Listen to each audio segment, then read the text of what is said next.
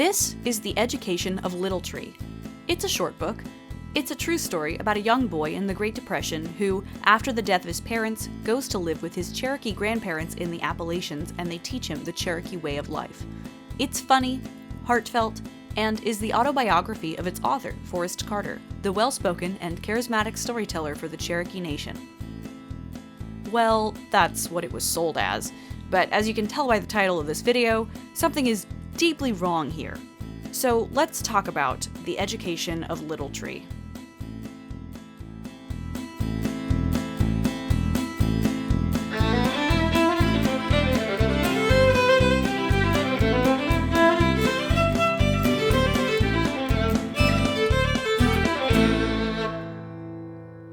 As previously stated, I am a citizen of the Cherokee Nation here in Oklahoma, and I've been trying to reconnect to my Cherokee heritage, as I know that my grandmother would have wanted me to do. Both of my maternal grandparents are Cherokee. They both grew up poor Indian kids in rural Oklahoma, and eventually became comfortably middle class because back in the day that was possible. Moving to the big city in the 60s meant putting away their poor Indian upbringing, which was possible at least in part because both of them, especially my grandmother, passed for white. But my grandmother especially wanted her kids to, at minimum, be exposed to Cherokee culture. My mom, nevertheless, still grew up a very suburban, white American lifestyle. I grew up even less connected than my mom did, as I wasn't even raised in Oklahoma. But my grandmother's effort eventually trickled down to me.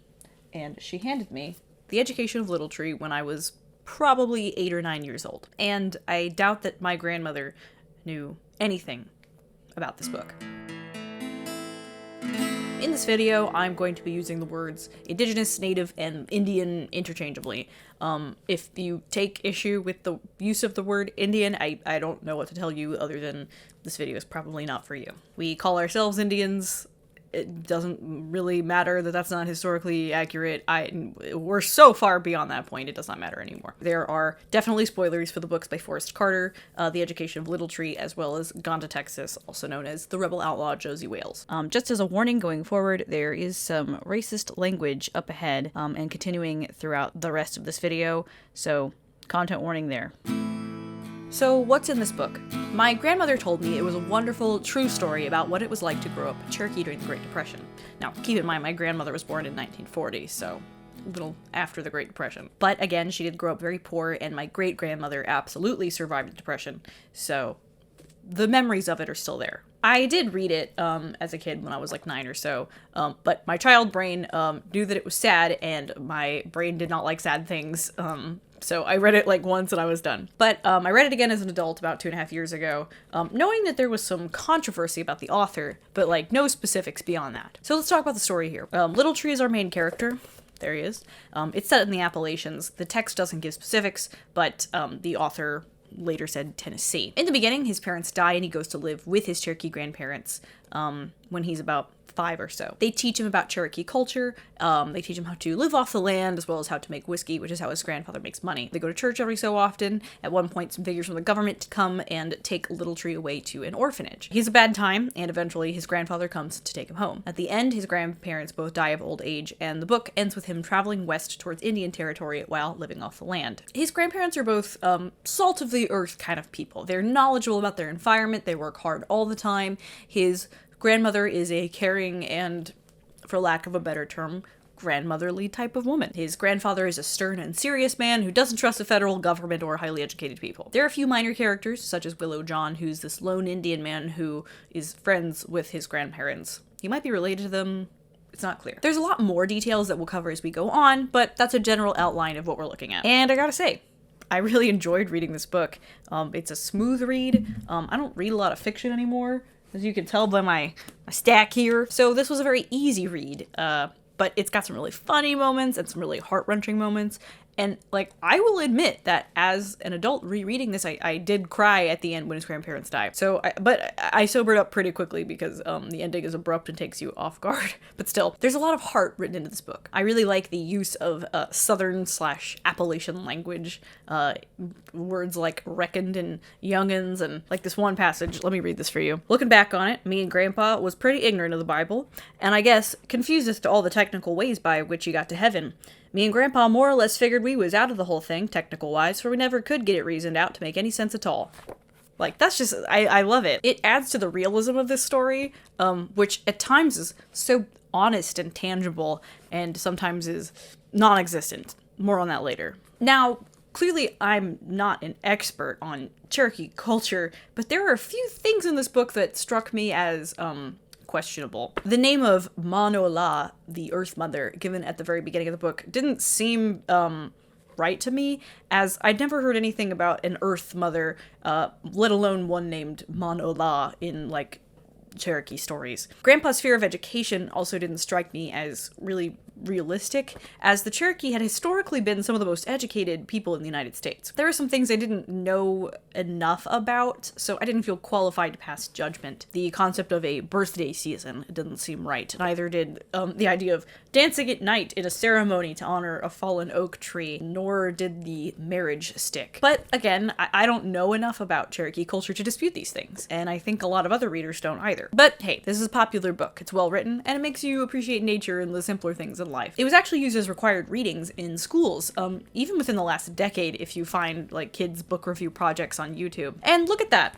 It's a true story. This was Forrest Carter's autobiography up until he was like 10 or so. So let's talk about Forrest Carter. So I had this whole bit where I was sitting and I explained to you who Forrest Carter was, but it wasn't very interesting. So we're gonna go a little unhinged YouTuber on you, and I'm gonna do it out here. I've just come to the conclusion that no matter where I put the light, it's gonna reflect on my glasses.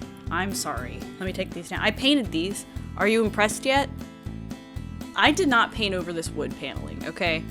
I would never. The people who owned the house before we moved in painted the paneling, and I'll never forgive them for that. I'm sorry, sweet prince. Okay, so we're talking about, put in frame, Forrest Carter.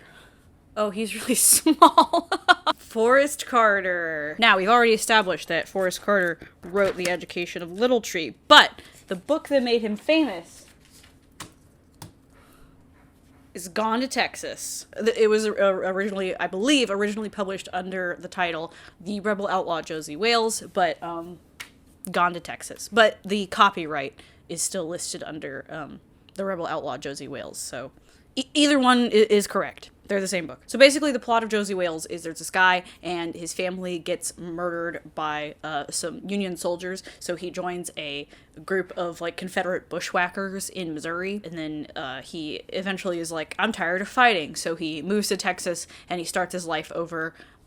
He befriends some natives. There's a movie starring Clint Eastwood. It was really popular even amongst people who didn't normally like or read Westerns. This book is really, really, really important. And you will see why later. So I need you to know that this exists. Here's some other people you should know. Starting with, Rhoda Wire, his, editor.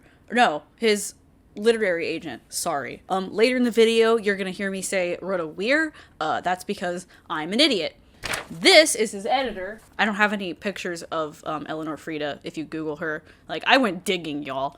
Pictures of her, like, basically don't exist except for, like, one that was in a book, and I didn't think to take a picture of it. So this is Eleanor Roosevelt, but it's Eleanor Frida. Anyway, she's important. That's the editor. This is Betty and Chuck Weath. They were friends with Forrest Carter when he lived in Abilene, Texas. They owned a bookstore. They were friends with him. And finally, we have Bob St. John. Bob here has an excellent hat. Bob was a columnist for a Dallas newspaper. He was also friends with Forrest Carter. So I'm showing you all these people because all of these people really liked Forrest. They were good friends with him. They had nothing but positive things to say about Forrest. So here's some clips of what they had to say. He was a really outstanding writer. I think it was a natural talent, and I think it just flowed. You know, he wrote very well, very interesting, and all his books seems real, like the characters, like Little Tree, you know, he really brings them alive. And we talked fairly frequently. He had been extremely polite and warm and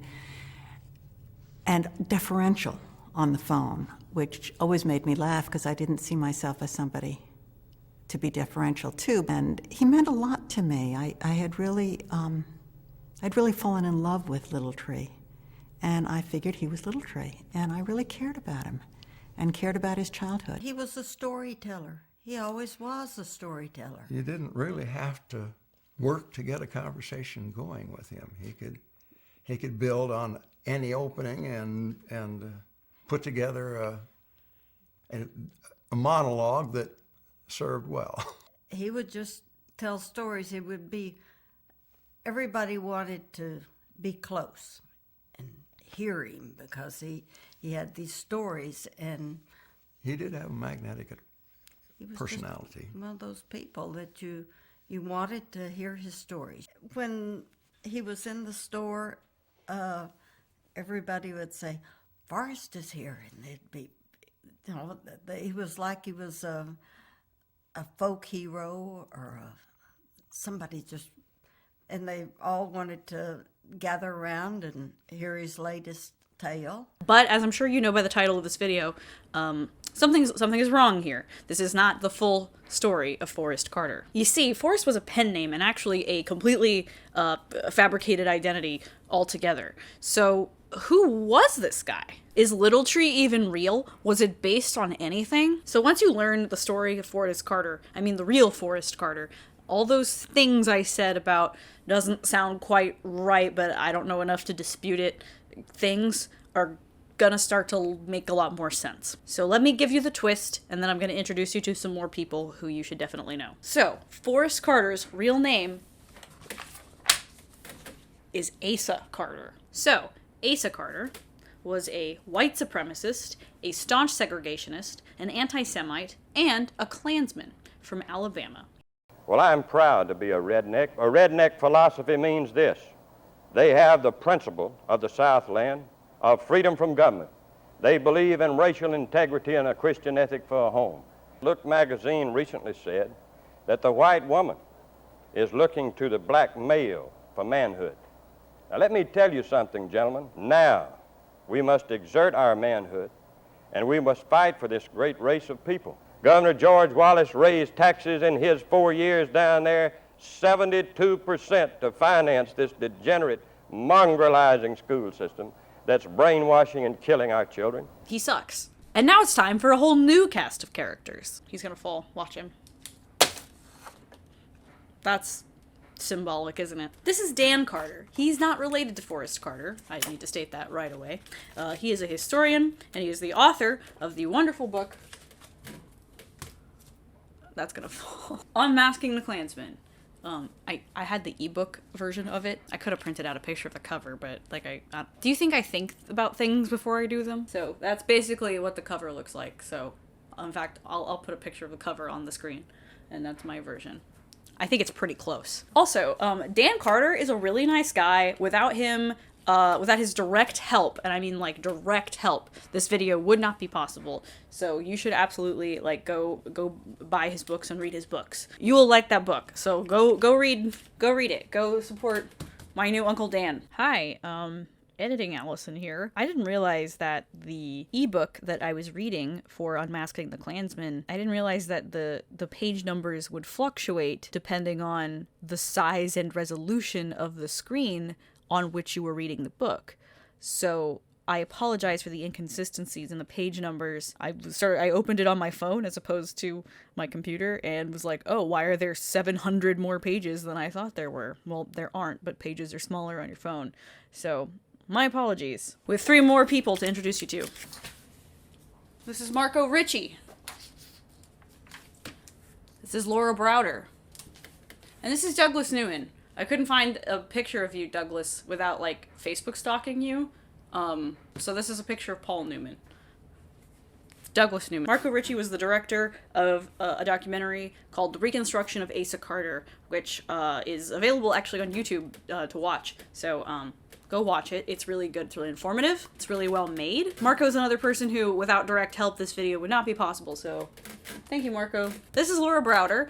She is a professor at the University of Richmond. Again, without her direct help, this would not be possible. Same thing with Douglas Newman here. They were the executive producer/executive. I don't know how movie making works. They were also responsible for the reconstruction of Asa Carter, which again you should go watch. So thank you to these 4 people, because without them you would not be able to watch this video. So Yay! You're going to see a lot of clips from these people. Well, not Asa. You're not going to see any interviews with him. But you're going to see interviews with these people throughout this video, and some additional interviews as well that are all thanks to the Reconstruction of Asa Carter team. Those interviews are the outtake interviews. One more person you should know is Fred Berger. He has passed away, but he spent much of his life researching Asa Carter, and his research collection is all available on the Anniston County Library website, which your boy Dan Carter so nicely linked me to. So thank you especially to Fred Berger.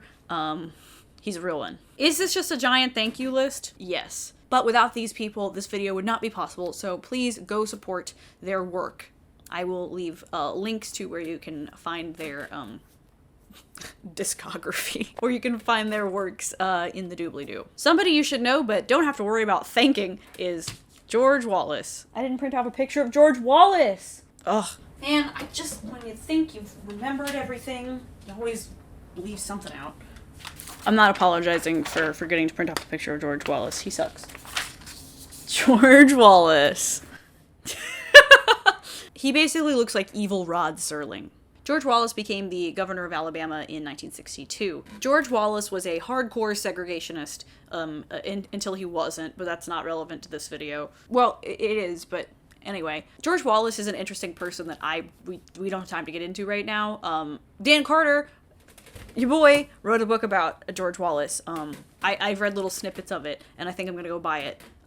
So go read it. He was a huge figure on the national stage of states' rights, which it's the 1950s. We all know that means systemic racism. I would say that most people who are like probably Gen X or younger don't know who George Wallace was, but he was really, really a really important figure in his time. So go ask your grandparents. They probably know who George Wallace is. George Wallace's 1963 inaugural speech included the phrase, "And I say segregation now, segregation tomorrow, and segregation forever." So what does this have to do with our main character here, Asa Carter? Well, Asa Carter wrote a good number, many, of George Wallace's speeches, including the one we just heard. However, all of this work was done under the table because even though Wallace was running on a segregationist platform, he saw Asa Carter as a liability. You see, Asa Carter was seen as a violent extremist, even to the really hardcore segregationists in the deeply, systemically racist South. How did he get this reputation? Well, he started his own branch of the KKK because the regular KKK wasn't doing enough, I guess. This splinter group of the KKK actually attacked Nat King Cole on stage in Birmingham, Alabama in 1956. They also did a lot worse things that I will not tell you about here. They're quite violent and graphic, so he did a lot worse than that. We'll say that. Now, some of the men who perpetrated these crimes were jailed. Some of them were later pardoned by George Wallace. And unfortunately, Asa Carter was not with these men when these crimes were committed, so he kind of McCavittied his way out of the situation. When a crime's discovered, then Asa Carter. not there. And the FBI is keeping tabs on him the whole time, by the way. He eventually left this splinter group, which I believe was called the original Ku Klux Klan of the Confederacy, or just something really, really on the nose. But he eventually left this group because there was a dispute about finances, and when they called him on it, he retaliated by shooting at them. So great job, Ace. But again, there was not enough evidence to nail him down, so he got away. He also had a radio show for a while where he did, they were called Freedom, or Essays on Liberty, and basically just radical, anti-Semitic, pro-segregationist propaganda on the radio.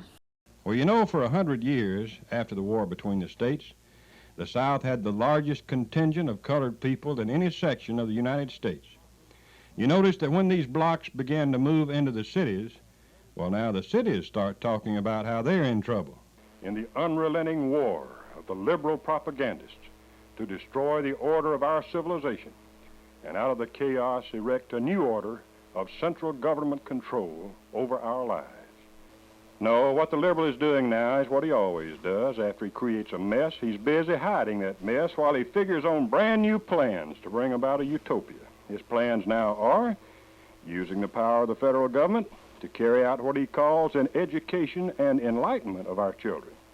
By that he means he wants the textbooks rewritten, which are being done, rewritten to leave out some facts of history, facts of practicality, and sort of redo those textbooks with his theories, represented as facts, of course.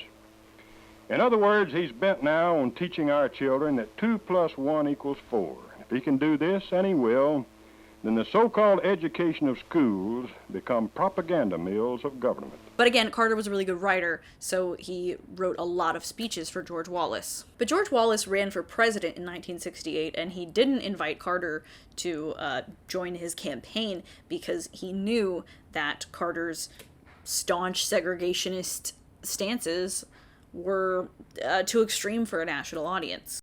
Governor Wallace said that now he's treated very nicely by the northern press when he goes up there, that they don't treat him like they used to, like he was governor of a redneck state, but now he's treated fine and with courtesy. I agree, because when he was treated badly by those left-wingers and those men who peddled the Communist Party line, that was when he was associated with Asa Carter, and he was talking the philosophy of this great Southland. But when he parted from Asa Carter, they found out they could handle him. No more did they hear that philosophy up north, but they heard the endorsements of the Negroid. Carter saw this as Wallace giving into liberalism, and Carter ran for governor against him in 1970, and he lost heinously. He protested at Wallace's inauguration. He was heartbroken that Wallace had given up on the dream, as it were, and he quietly disappeared from public eye until 1974, when he would reemerge in Florida and eventually in Texas as Forrest Carter. And only a few people knew his true identity. Well, Carter's charade didn't last very long because he appeared on the Barbara Walters show in 1974. There's no footage of this because studios they tape over things all the time. Well, they did.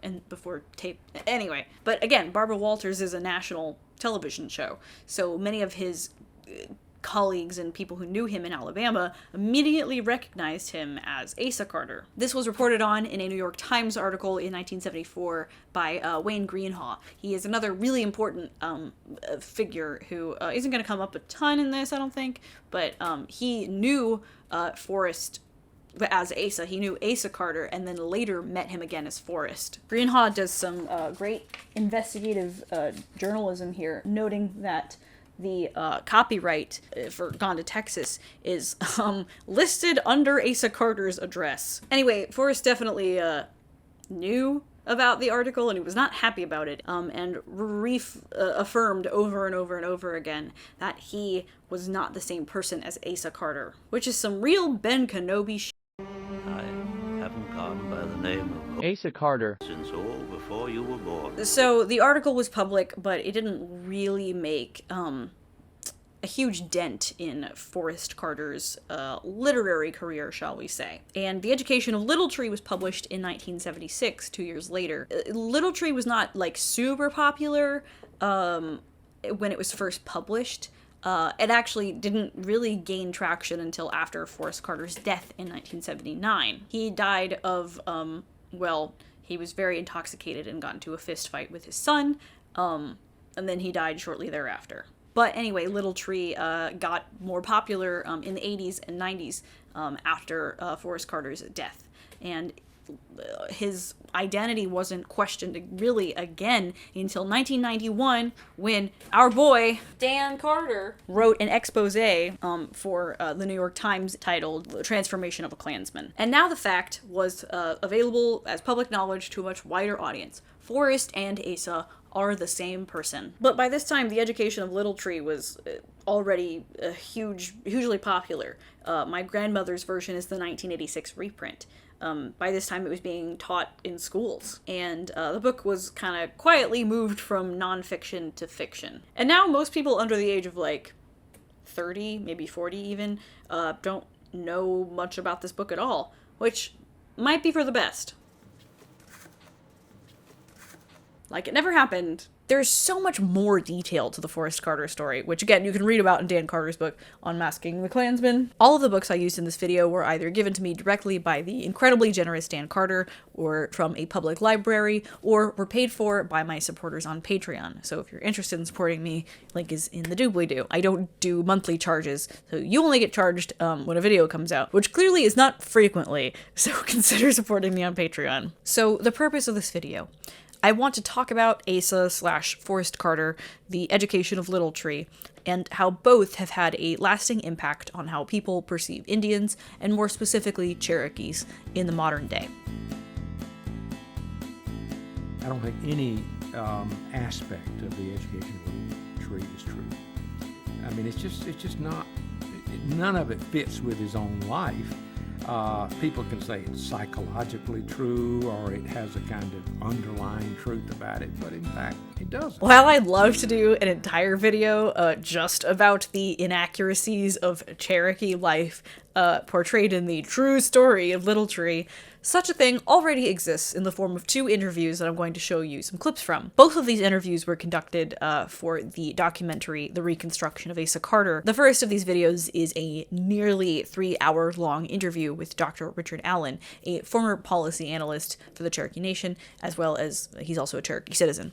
The second is with Freeman Owl, a historian and elder from the Eastern Band of Cherokee, famous for being an actual Cherokee storyteller. Both men go into incredible detail about all the things in this book that are absolutely not at all representative of Cherokee culture. One of the interesting things about these interviews is that both of these people are highly respected figures in the Cherokee world, and yet they still say things that contradict each other. For example, Dr. Allen says that no one person should be labeled a Cherokee storyteller because culturally all the Cherokee are storytellers. But Freeman Owl, like, his whole thing is that he's a Cherokee storyteller.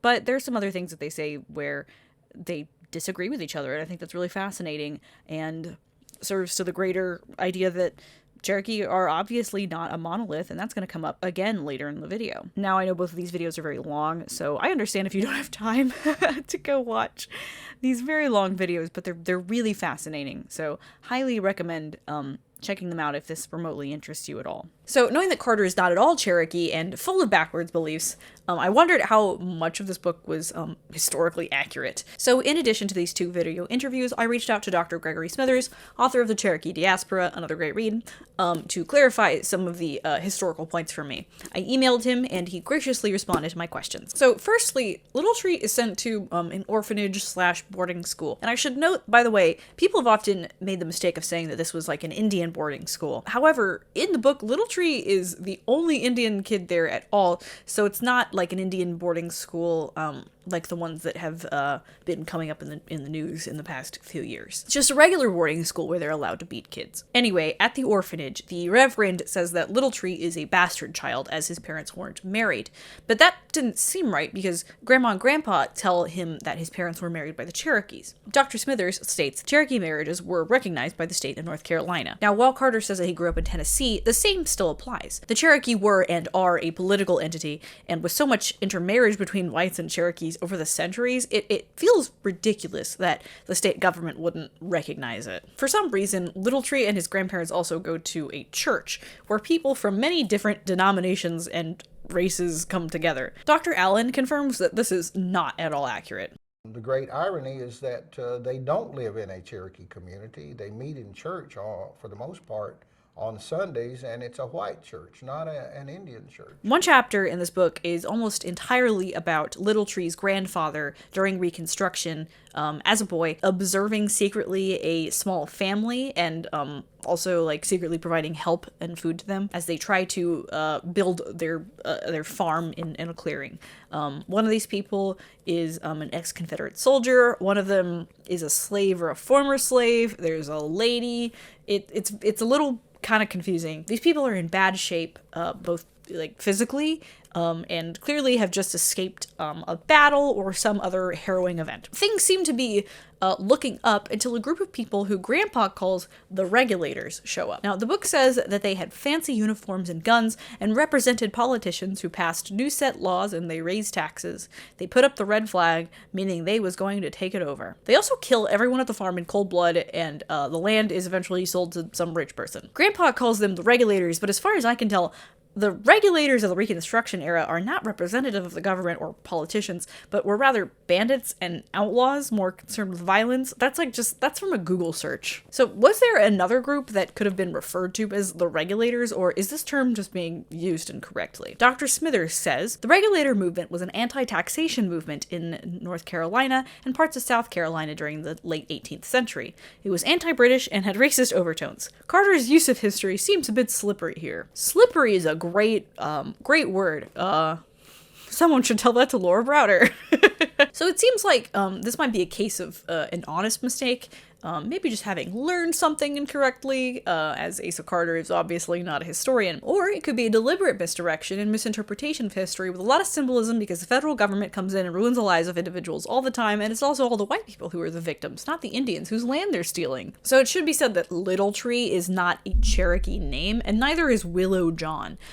Actually, you can spot a fake Cherokee name pretty easily because the Cherokee don't have traditional, shall we say, nature-based poetic when translated into English names. So when you see someone online claiming to be Cherokee and their names are like Racing Wind, Morning Dove, Rainbow Butterfly, Mountain Spirit, or Cher, you know they are absolutely not claimed by any Cherokee tribe. Historically, Cherokee had their Cherokee names and also had a name that would sound more familiar to English speakers. Some Cherokee still do this. A famous example is, of course, Nanyehi, also known as Nancy Ward. Sequoia, the man famous for creating the Cherokee writing system, represent, was also known as George Guess. A prominent Cherokee figure, Uweti, whose name means the Ancient One, took the name David Watie. His son, Degataga, which I'm sure I'm not saying correctly, meaning stand firm or some variation thereof, took the more English-sounding name Stand Watie. However, this was the 17 and 1800s. By the 1930s, when Little Tree takes place, most Cherokee just had white names or translated into English names anyway. Like, look at any of the Cherokee rolls from that time. My ancestors living in the 1930s had first names like David and Jesse and Polly and last names like Rattlingord and Spears. All this to say that Little Tree is not a Cherokee name. Even if this was the English translation of a name, it would have been like something like I don't know, I don't speak Cherokee, but this person would have had an English name like John or something. Now, Carter's name obviously wasn't actually Little Tree. The translation of Little Tree that he used, at least once he signed his name, Gunyi Usdi. And I don't know where he got the word Gunyi because that doesn't, I can't find where that means tree anywhere. It's not on the Cherokee Nation language word list. If I am wrong, please correct me. I really want to know like where he possibly got this information. Usti is a Cherokee word that means little or baby. Like, when he signed his name, he also didn't use Cherokee characters from the syllabary. He just wrote it out using, like, as it would be written in English, using the Roman alphabet. So, I don't know. A lot going on here. I can't explain it. Speaking of names, Grandpa's name is only mentioned a few times, and it's Wales. By the way, the pen name Forrest which he supposedly took from being given the name Little Tree. It's actually a tribute to Nathan Bedford Forrest, a Confederate general who was also the first Grand Wizard of the KKK. That's not like speculation or assumption. That's true. The copyright for Josie Wales is listed under the name Bedford Forrest Carter. It's public information that you can view from the U.S. Copyright Office. So, getting back to language. In the first chapter, we get this song that grandmother sings to him, and it's got Cherokee words in it. Starting out, I just Googled the poem as a whole, and the only results are Little Tree related, so I knew that Carter had come up with this on his own. And honestly, all of the words, like the Cherokee words, look really fake. I'm certainly no expert in the Cherokee language, but most of these words don't look or sound like Cherokee words. I can't explain it. Now, I wrote that line in the script before I watched the interview with Freeman Owl, so here's him saying exactly the same thing. There's a lot of other words that I did not recognize in there as being Cherokee. They just don't sound like Cherokee syllabary or Cherokee phonetics.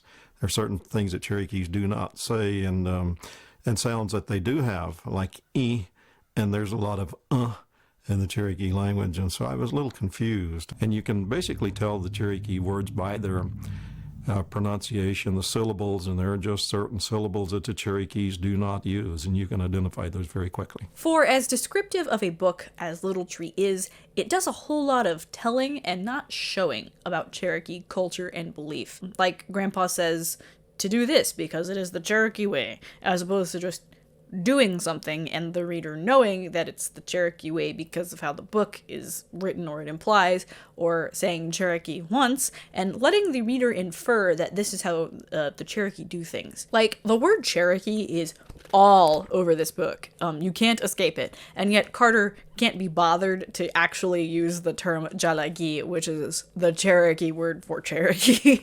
Again, I wrote that bit before I saw the interview, and Dr. Allen even says as much. Throughout the book, he prompts the reader to believe that it is a Cherokee book by saying, or Cherokee lifestyle, because he'll prompt the reader to accept this by saying, well, this is the Cherokee way. We live our culture, we don't talk about it in that manner. I didn't grow up hearing from my mother and my grandmother and my uncles and others, grandparents in my community. They didn't tell me this is the Cherokee way. We just did those things. While there is a great respect for nature in this book, Freeman Owl points out that it's very superficial. Sort of the superficial approach to many things in the book sort of also were surprising to me. He talked about the plants, the animals, and things like this, but he never went into the specifics. He talked about living in the mountains, but he never named the mountains. Cherokee's a very attached place. And every hill and every mountain and every tree basically has a name, and so it's very important to bring those names out. And he wasn't doing any of that. He didn't seem to be doing much of it at all. He had the general idea of the way that Native American people would perceive things. Grandpa has this attitude of anti-intellectualism. He says there's too many words for things, etc. This is objectively untrue because for years, pre and post removal, Trail of Tears, the Cherokee highly valued education, especially if you're thinking of education from like a Western European standard. So this attitude is of not finding importance in education was not at all indicative of Cherokee attitudes. In one chapter, the character Pine Billy spits into the fire. To Dr. Allen, this was the biggest proof he needed to know that this book was a complete hoax. It suggested that Pine Billy was spitting into the fire. Cherokees teach their children, whether these be Christian Cherokees or traditional Cherokees, that the fire is sacred in the sense that you don't desecrate it by spitting into it or throwing things into it. In my upbringing, we were taught that you didn't desecrate certain things, and fire was one of those. You don't, you're not to in any manner disrespect the fire. Additionally, when Grandma, Grandpa, and Willow John all pass away, they all say some variation of "it'll be better next time," implying that they believe in reincarnation. And while you're tearing up about this unfortunately well-written passage about loved ones dying, keep in mind that reincarnation is in no way a Cherokee spiritual belief. Certainly, I think Cherokees, like other people, have a belief in an afterlife. I don't know that we have any beliefs. I've never known anyone in Cherokee community who talked about reincarnation. There are like endless things I could talk about, but the one that really stuck with me was the marriage stick that I mentioned earlier. Dr. Allen calls Carter inventive. Carter did some things in his book that were very inventive. We don't have marriage sticks. That's never been a tradition of Cherokee people. Honestly, Carter's use of the phrase mating dances should have turned everyone off of this book immediately. One of the last things that I'll talk about in this book is one of the biggest and most immediate things that stuck out to me. There is an absolute lack of community in this book. Now, I might be disconnected from the community and therefore the culture, but at least I know that there are communities. Cherokees had towns and friends and family. There are exactly 4 Cherokees in this entire book. Grandma, Grandpa, Willow John, and Little Tree. 4 does not a community make. Both Owl and Allen comment on this. In essence, he tries to create a little community of 4 people in his book. While Freeman Owl comments on the lack of Carter belonging in the real community. It was strange in the fact that Asa Carter, or Forrest Carter at the time, said that he was doing his autobiography of his life as an Eastern Band of Cherokee. And I never knew Foster Carter. And I was born in 1946, and surely if he had been here, these people are very close-knit. We would have known or heard about where he lived. And even in the book, it didn't tell which mountain he lived on. It didn't tell which stream he lived on. It doesn't tell the true names of the last names or family names of the grandfather and the grandmother. It doesn't tell which clan they're from, I don't believe. The first question is, when you come to the Qualla boundary by these Cherokee people, is who are your family? And you better be able to name them back for 100 and some years. And that is very common. That's very acceptable to ask that question. Carter's not belonging to a Cherokee community and therefore not understanding the importance of community is exactly why Little Tree has no community. Carter seems to have, or maybe wants to have, this idea of Indians being rugged individualists rather than a traditionally communal people. So that's what he writes. However, author of Going Native, can you see that? Sherry M. Hundorf finds a much more malicious and sinister reasoning for the lack of community, one that I am inclined to believe. Where are all the Indians in this supposedly Indian book? Well, they're disappearing, obviously. This version of the cover even says, a vanished way of life. Remember that Carter was a white supremacist. He firmly believed that white people should naturally have complete control and domination over the country, as they, in Carter's eyes, were the superior race. Many before me have come to the conclusion that Little Tree is less about indigenous or Cherokee ways of living and more about an Appalachian mountain way of living. Indeed, the nuclear-ish family living in a small cabin isolated in the woods sounds very much like a mountain man way of life rather than a communal Indian lifestyle. Sherry Hundorf writes, in the education of Little Tree, similarities between mountain folk and Indians ultimately render the former the proper heirs of Indian land, and in this particular case, the proper heirs even of native cultures and identities as well. In order for white mountain folk legitimately to inherit these native things, the education of Little Tree must narrate the disappearance of the natives in its story. The text both foreshadows and explains this disappearance very early in its 2nd chapter, titled The Way, when Little Tree learns his first and most important lesson. Little Tree witnesses a hawk dive from the sky and kill a quail. Grandpa explains the event to the distressed child with a lesson in social Darwinism. Don't feel sad, Little Tree, it is the way. Talcon caught the slow, and so the slow will raise no children who are also slow. This drama reflects on the education of Little Tree's narrative by implying that the stronger, white race will inevitably prevail over the weaker ones. Furthermore, it naturalizes the disappearance of natives and the subjugation of African Americans as the way of nature, as part of the natural course of progress. So yeah, we feel sorry for the quail being eaten by the much larger predator, but we also feel sorry for the Native Americans for being destroyed by manifest destiny. It sucks in the moment, but hey, that's just the way things ought to go. I said earlier that the ending was sad and abrupt. His grandparents die, and he makes his way west to the Indian nations. Indian territory, now Oklahoma. Me and one of the dogs made it to the nations, where there was no nation. While Carter is right that in the 1940s, about the time that Little Tree would have made it to Oklahoma, which became the state nearly 20 years before Little Tree was born, most of the Indian land had been divided up by the federal government and given out in individual land allotments in an attempt to civilize the Indians and turn them away from communal life. The Cherokee Nation government was fundamentally non-existent, with chiefs being appointed by the federal government and kind of just being figureheads for, a few decades. So yeah, there was no nation. Hoondorf writes, Little Tree, orphaned again, leaves the mountains. He then confronts once more the Indians' loss of land as he heads, like Josie Wales before him, to the Indian nations, only to discover that there was no nation. In other words, that those natives, too, have disappeared. By narrating the natives' disappearance, then, the education of Little Tree, like Gone to Texas, envisions a world in which white authority and white possession of the land remain unchallenged. I'm sure many will see Hoondorf's jump as a big one, but she's right. The book ends with the last living Indian in the story literally riding into the sunset. He does not meet any more Indians.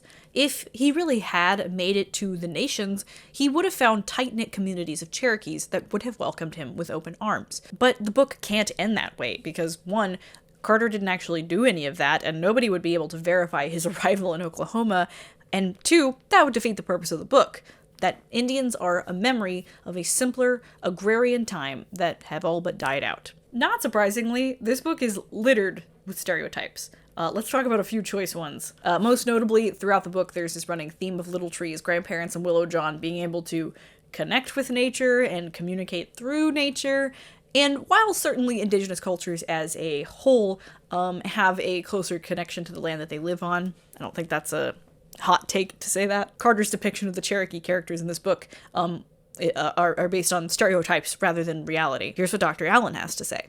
With American Indians, I think there is still a sort of mystical, magical kind of stereotype we have in America about American Indians that is perpetuated even today. I receive numerous inquiries from individuals who want to experience Indian life through vision quests, through sweat lodge activity, going to a medicine person and being healed of whatever it may be, a spiritual, what they suggest is a spiritual illness. I think it appeals to a lot of people because it fits, again, within a particular stereotype, maybe the assumption that American Indians have maybe a closer relationship spiritually with a higher being, that we have some ability to talk with God that they don't have, or we have something in life that's different. I think what appeals to people now is that American Indians, when they do ceremony, it's usually outside, and I think that's what's missing from greater America with regard to religion. Our sort of spirituality always happens outdoors. I need to bring up the myth of the noble savage.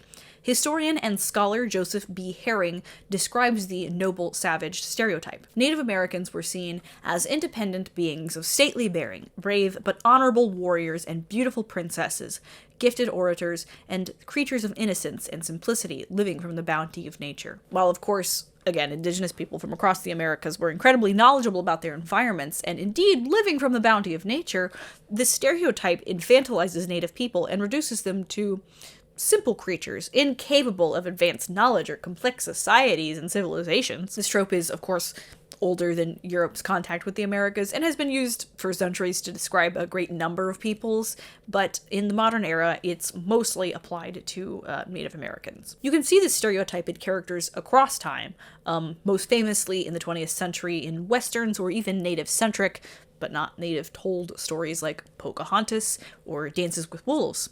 or Avatar. All three indigenous characters in Little Tree fit this trope like a glove. Grandpa doesn't see the need for education or living in the city. Grandma speaks poetically of nature and knows how to live off the land. And when her husband dies, she doesn't cry, but instead stares into the middle distance at the mountains and goes on a solitary walk in the woods. Willow John is a stoic man, dripping with this general mysticism and native spirituality. All three are wise and quiet people living innocent lives far from civilization, not bothering anyone. Grandma and Grandpa are also afraid of technology, as they don't like the idea of having their picture taken by a camera. They are uncomplicated beings, especially juxtaposed to the white characters in the book, like the loud politicians and the nosy government workers. There's also this passage later on in the book when Little Tree is being whipped at the boarding school/orphanage. Grandma had learnt me how the Indian bears pain. He lets his body mind go to sleep, and with his spirit mind, he moves out of his body and sees the pain instead of feeling the pain. I can't even begin to tell you how harmful of a stereotype this is. I feel like you don't need me to explain that to you. Unfortunately, this book was written in the 1970s,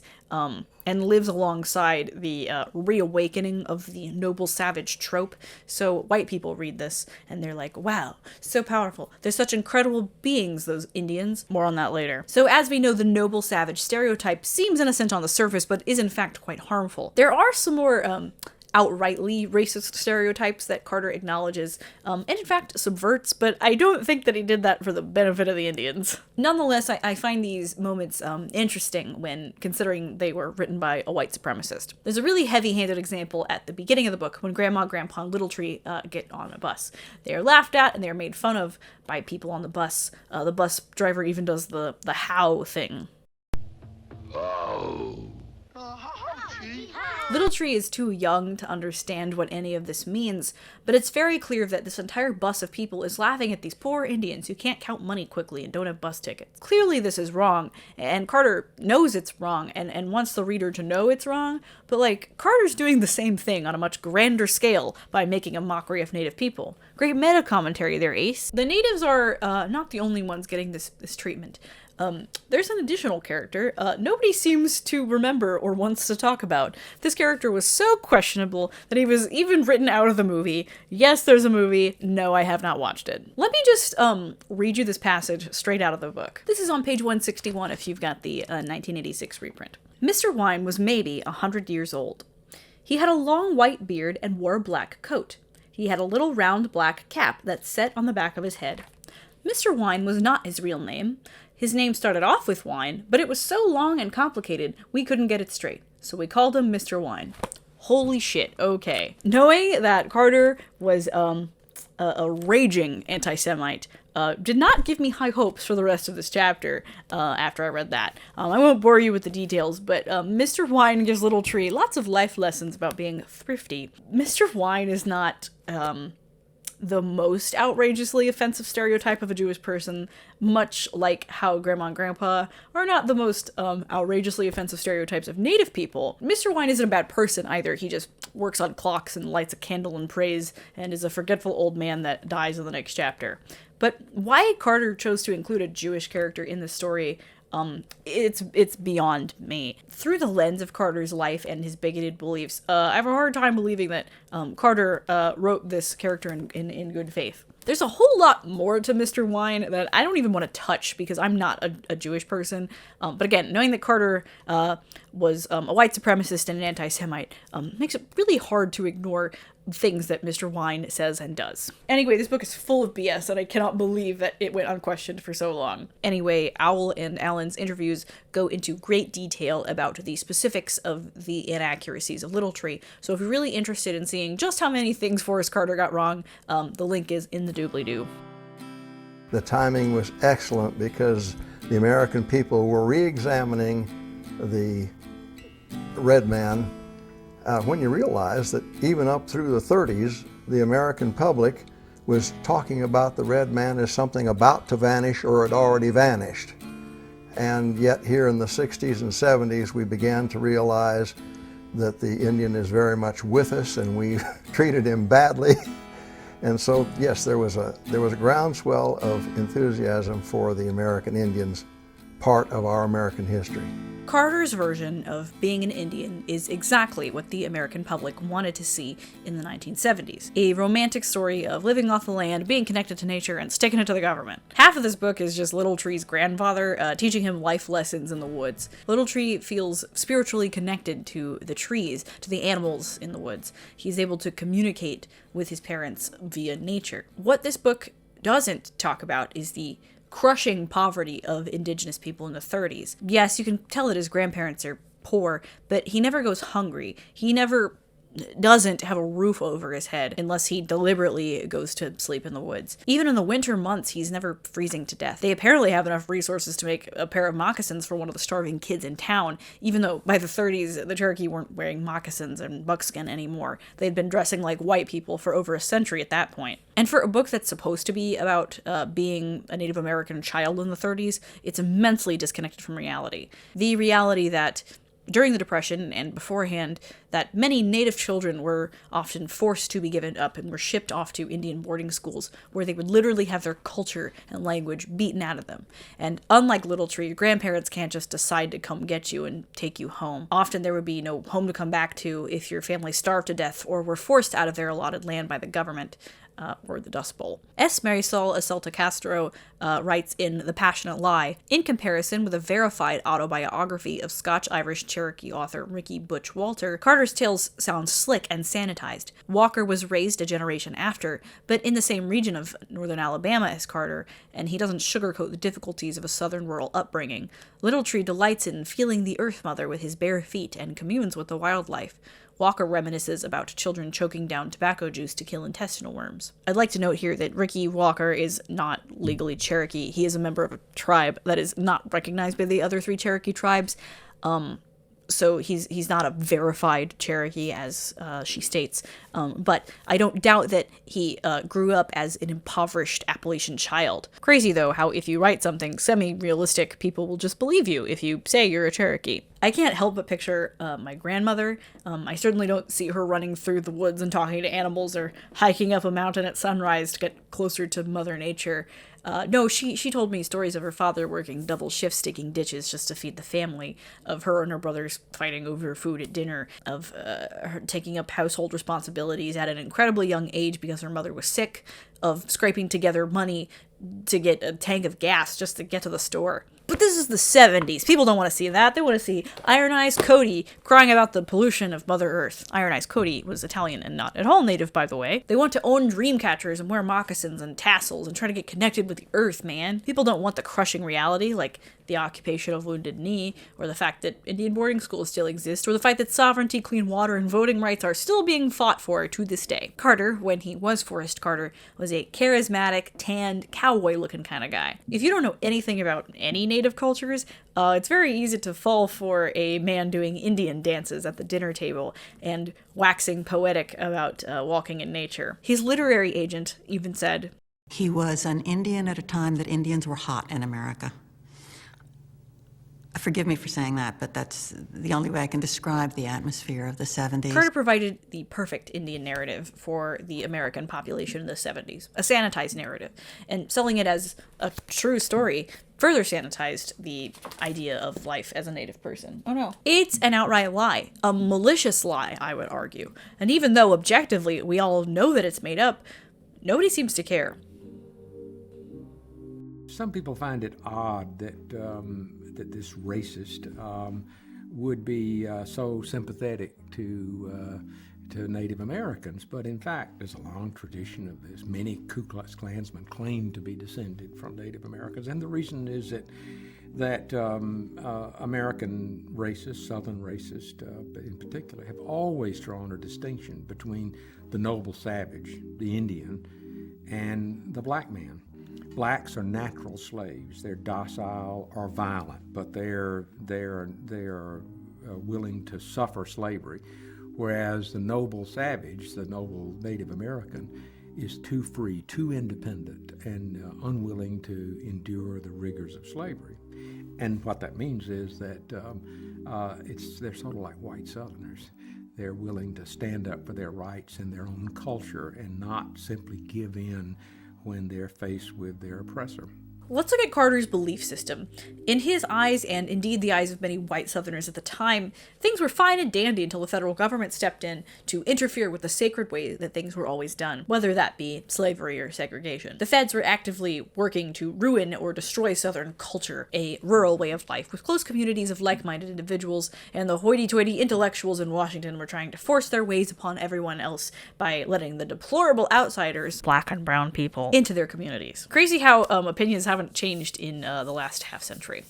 Now, clearly, if this is your viewpoint, the woke liberals are going to cancel you for being an unforgivable racist before they even give you a chance to talk about individual rights. So, how do you, an author, get people to hear you out? Dr. Dan Carter, who I mentioned earlier, said it best in his book, Unmasking the Klansman. Asa Carter knew the appeal of authenticity, and he was perceptive enough to understand the shifting views of Americans, including white Southerners.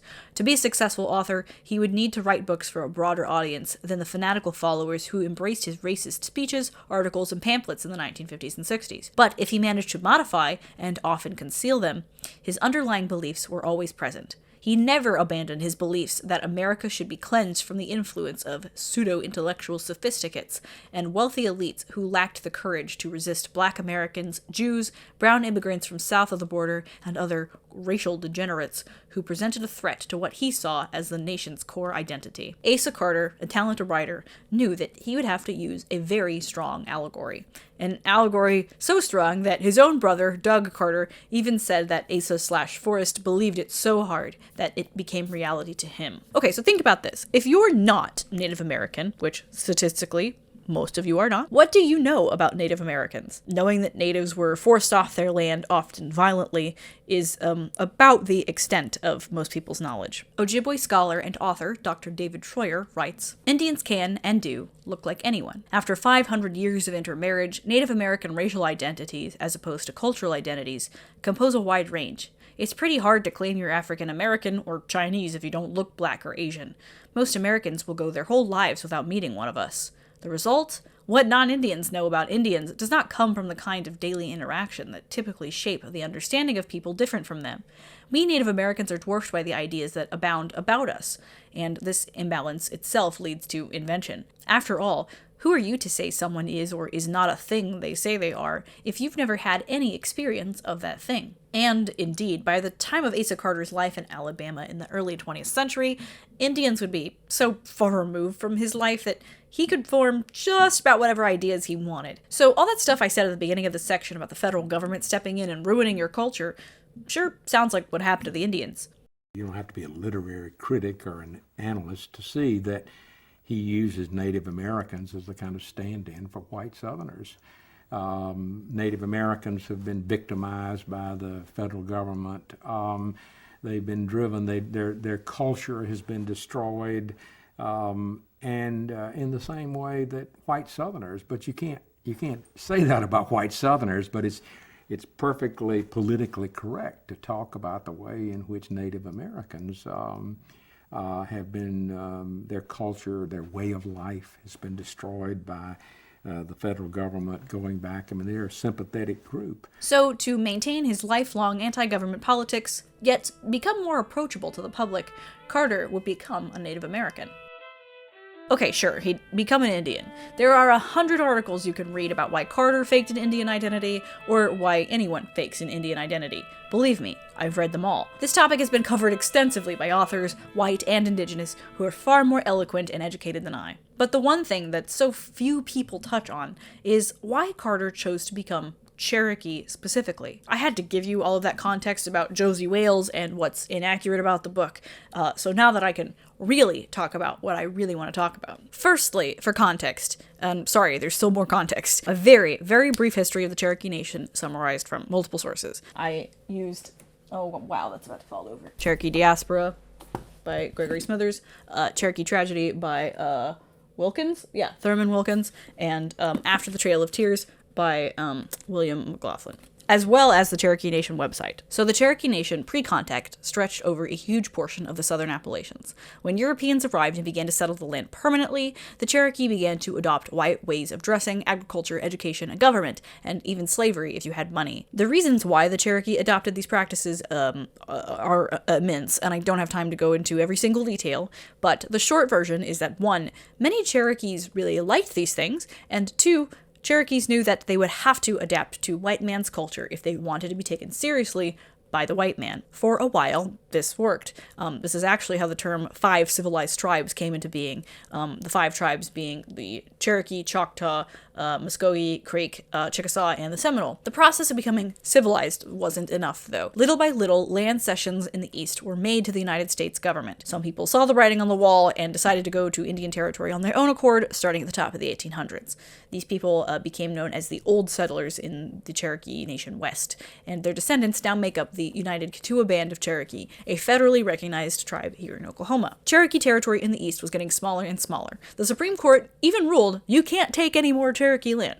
Of course, white settlers wanted that resources and the remaining Cherokee land, so ya boy, I shouldn't say that, he sucks. So President Andrew Jackson saw to it that they were kicked off of the land by force. Eventually, this of course led to the Trail of Tears, where tens of thousands of people were forcibly relocated to Indian Territory, attempting to take their government and culture with them. These people's descendants now make up the Cherokee Nation, the largest of the Cherokee tribes. Some people did manage to stay behind in the Appalachians. These people's descendants now make up the Eastern Band of Cherokee Indians, the third and final Cherokee tribe. Most people have no idea that there are 3 separate Cherokee tribes with their own governments. Additionally, for over 2 centuries at this point, the Cherokee people have been split up halfway across the continent, and before that, the Cherokee territory in the east kept shrinking and shrinking, so that just adds to the geographic confusion of where the Cherokee are located. Juxtapose this to the Lakota and the Navajo. I think that most people have an idea that the Lakota are up north somewhere, and that the Navajo are out in the desert. Speaking of geographic confusion, y'all will not believe the question that came up on Jeopardy this week. Oklahoma for 600. Tahlequah, Oklahoma is the tribal capital of this Native American nation.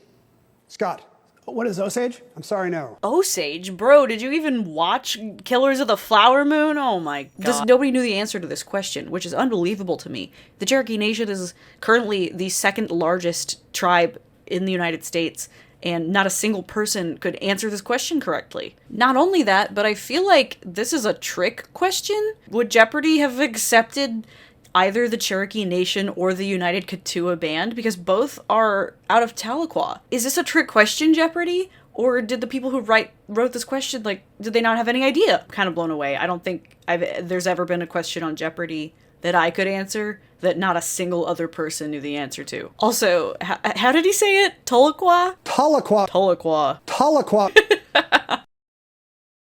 But most importantly, the Cherokee, very early on into European contact, begin to intermarry with white people and adopt European practices. So you wind up with a lot of people who don't fit the modern stereotypical image of what an Indian looks like. So you get someone like John Ross here. He was born in 1790. By modern blood quantum measurements, which were not a thing back then, he was about as white as my mom is. He owned slaves, he dressed like a white man, and he was the principal chief of the Cherokee Nation during the Trail of Tears, which ended in 1839. For historical context, around the same time, the federal government, as well as individual white settlers, were actively engaging in warfare with other tribes like the Lakota and the Comanche, for example. So you can see that a tribe with so many mixed race agrarian people and a democratic and highly diplomatic government would be seen as civilized or even whiter to the average white person in the early 1800s. And I think because they call us civilized, that there is a certain stereotype about us, not only by whites, but by other American Indians. And I think what a lot of people have with regard to stereotypes about Cherokees is that we are a white tribe. It's a very complicated question to ask, why that if Asa Carter was a white supremacist, why would he change over to want to become a Cherokee? I think at that point in time, the white supremacists were a minority type group, and if they began to have infighting and so on, and he was cast out of that group or something, then he would naturally start seeking for another group which would be easy to get into. And if you go to Navajo country, it's not very easy to say that I am a Navajo. But Cherokee people have been contacted first. They began to assimilate first, trying to survive and stay in their homeland. And so there's been a lot of mixing there. And their numbers are so great that it's hard to keep everybody identified and in touch with everyone. So it's very easy to say that my great-great-grandmother was a full-blood Cherokee or my grandfather was a half Cherokee. And it's almost impossible. It's almost impossible to question all of these cases. So I'm giving you this context so you can see how complicated things are. The public perception of the Cherokee being that they are whiter or more civilized than other tribes carried over into the Civil War and beyond. I'd argue that it's still public perception today, no thanks to people like Governor Kevin Stitt. I've actually got my Indian card. My 6 children with blonde hair and blue eyes, they all have their Indian card. In the next section, I'm going to be using the term mixed blood and full blood, which were terms used to describe these groups of people at the time, though these terms are now considered outdated and inaccurate when describing modern Cherokee people, so just keep that in mind. What most people don't get 100% correct is that the Cherokee were not universally Confederate, and a civil war of sorts had already been occurring in the tribe in the years leading up to the Civil War. The internal divisions of the Cherokee Nation spanned long before the Civil War started. The mixed blood and full blood Cherokees were often at odds with each other, as the mixed bloods held much of the wealth. These wealthy mixed blood Cherokee people did own slaves and wanted to preserve the institution to maintain their wealth, like their white counterparts. The full blood Cherokees wanted control of the nation outside of the influence of white men and their culture. Prior to the Civil War, many full bloods began a populist movement / secret society called the Katua Society. It was sort of an anti-slavery movement, but more so a movement for the full-blood, only-speaking Cherokee people to gain more political power. It was a fairly effective movement. Historian William McLaughlin writes in After the Trail of Tears, at some point in 1860, the members began to wear special insignia on the lapels of their coats or hunting jackets consisting of 2 crossed pins. Soon they were being called Pin Indians, or Pins. This group of people would go on to be pro-Union. Sometimes you will see the term Pin Indians or Pins used in a negative context. I've even heard some people say that it's a slur. I don't have any sources to back this up, so do with that information what you will, and take that with a grain of salt. So Cherokee people fought on both sides of the Civil War, and it's really complicated. The tribe was indeed formally aligned with the Confederate States for reasons that Asa Carter probably could not comprehend. The 2 main reasons that the Cherokee fought on the side of the Confederacy really boil down to this. 1. Wealthy, slave-owning Cherokees wanted to maintain the institution of slavery and not be subjected to the United States government's rules on anything, but especially slavery. And 2. The Cherokee people wanted unity within the tribe. Splitting the tribe would only weaken it and subject it to takeover from the United States government, which was a recurring fear since before removal. But from the outside perspective, it looks like, oh, the Cherokee don't trust the federal government, which is true, but it's more nuanced than that. So yes, some Cherokees were Confederate, and some were Union. But don't tell that to the good old Southern boys who need an Indian tribe to appropriate. If you're a Confederate history buff, you probably stopped watching this video a long time ago, then you know Stand Watie. Yes, this guy I mentioned earlier. He was a Cherokee general, the leader of the Southern Rights Party in the Cherokee Nation, a wealthy slave owner, and the final Confederate general to surrender. He's probably the most famous Cherokee to Southerners who still believe in, like, the Lost Cause myth. Stand Watie had long-standing beef with John Ross and his supporters, and the reason why I can't even begin to get into it is it's decades old at this point in Watie's life.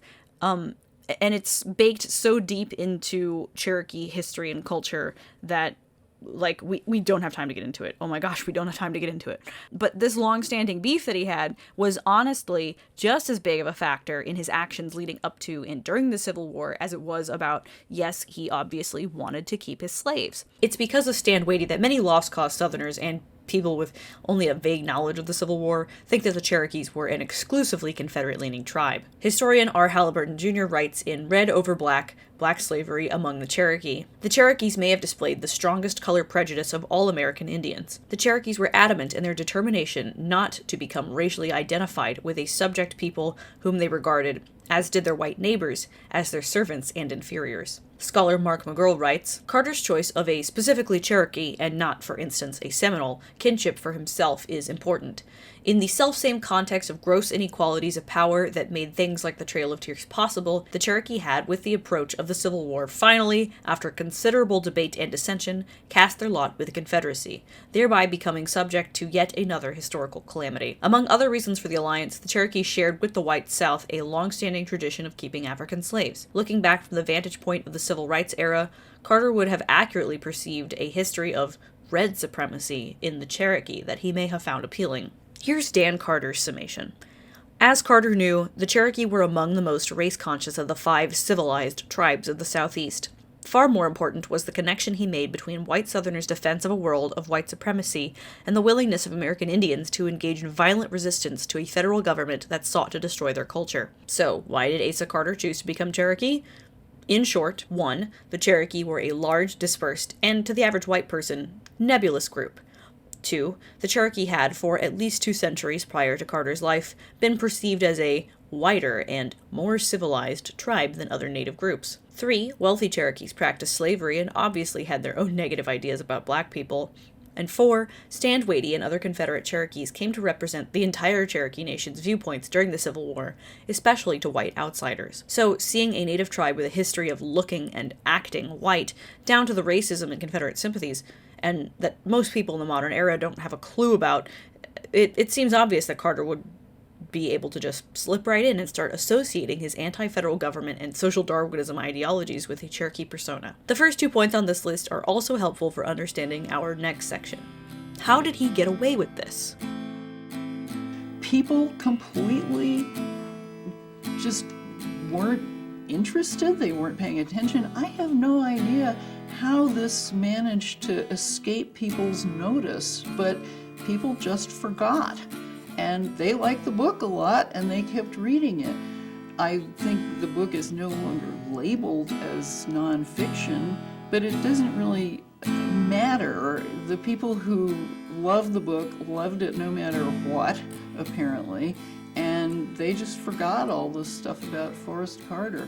I find that extremely odd, frankly, and I've reflected many times that if some book like this were to try to get reissued the way that one did now, the internet would make it extremely unlikely that it could pass unnoticed that the author was such an awful person.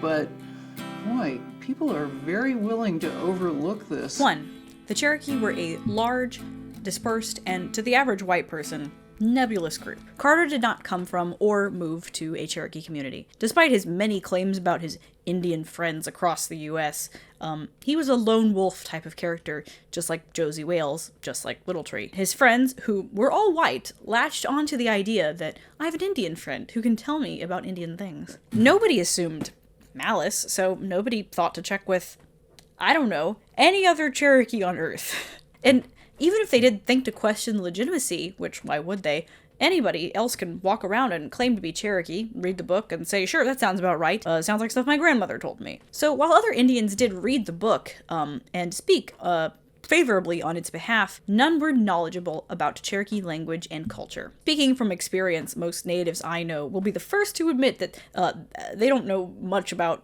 other native cultures outside of any pan-Indian movement holdovers. I don't know where else to put this in the video, so let's put it here. I've said a couple of times now that if anybody along the way had just asked a single Cherokee person about the education of Little Tree, that it would have been exposed as a fraud much sooner into its life. They did, sort of. The 1986 reprint of The Education of Little Tree from the University of New Mexico Press includes a foreword by Bernard Strickland. Bernard Strickland isn't just some dude. He was a legal historian and very well respected in the world of Native American law. He's passed away, but every obituary that I can find says that he was of Osage and Cherokee heritage or descent. And I don't know if that means that he was a citizen of either of these tribes, or if he thought that he was, or if he was indeed a descendant but wasn't enrolled. I mean, he's from Muskogee, so, like, who's to say? Without digging into his family tree, I can't, I don't know. But in his foreword, let me read you this excerpt. I think it's very interesting. He's talking about how Little Tree is popular among children, which it was. Students of Native American life discovered the book to be as accurate as it was mystical and romantic. And clearly this book isn't accurate, so I don't know why he said that, and we'll never know. Clearly, like, somebody at the University of New Mexico Press, whether it was Beth Haydes or somebody else, tried to reach out and find a Cherokee person, and the one person that they found was like, oh yeah, I love that book. I don't know. I think it's just very interesting because if you ask anybody who's really, I don't know if he was like in the culture, like really, if he was raised in the culture or not. I don't know. I don't know anything about Bernard Strickland's personal life. The one person they found vouched for it. Does that make sense? I hope it does. And remember, Asa Carter hated liberals. Half of his whole becoming an Indian thing was just to make fun of the liberals, because that's the other thing. If you tell a white liberal that you're an Indian or a Native American, they're going to approach you with the attitude of, wow, that's so interesting. You're so brave. I'm so sorry for what happened to your people. All of these things have been said to me before. Carter knew that he wouldn't be questioned on anything that he said by the people who were in charge. Here's the best example I have. One that shocked me. These quotes are from two separate sources, too. So Rhoda Weir was Carter's agent. He went to visit her in New York in the 70s.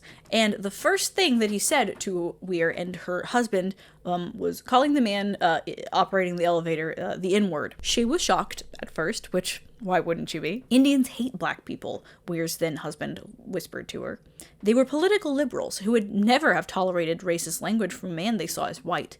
Yet because he saw Carter as Indian, Weir's husband at the time redefined this racism as proof of American Indian authenticity. Well, he was a racist. I knew that already myself, but that was sort of a specialized thing. He wasn't a racist in the bigger sense of the word, of being against people just because of their race. After all, he was an Indian. I guess I was such an unknowing racist that I just couldn't conceive that he was a racist. 2. The Cherokee had, for at least 2 centuries prior to Carter's life, been perceived as whiter or a more civilized tribe compared to other natives. I have a lot to say about blood quantum. Mostly that it's a colonizer concept, and until the Europeans got to this continent, indigenous people did not think in blood quantums. It is a complex and difficult topic that I can't get into right now. So following up on the whiteness of Cherokees, the modern Cherokee Nation is also a political entity that does not rely on blood quantum. This is not the case for the other 2 Cherokee tribes, by the way. So you wind up with a lot of people who are of mostly European descent, like myself, who are legally Cherokee. So seeing people who look white claim to be Cherokee isn't out of the question. And phenotypically speaking, most Cherokees are pretty white, but Cherokee is now a political designation, not exclusively a racial one. It's really complicated. And if you're interested in this, a good jumping off point is Becoming Indian by Circe Sturm. Oh my gosh, it's way under here. But yeah, you should read this book. This is a really, really interesting, fascinating book. There's a quote from the former director of the University of New Mexico Press, Beth Haydes. Haydes? I'm really sorry. I could not find out how to pronounce her name anywhere. But this quote is worth some deep criticizing. I'm sure she's a very nice person, but boy howdy, do I have some things to say. It's kind of the pinnacle of issues I'm having with people trying to justify this book.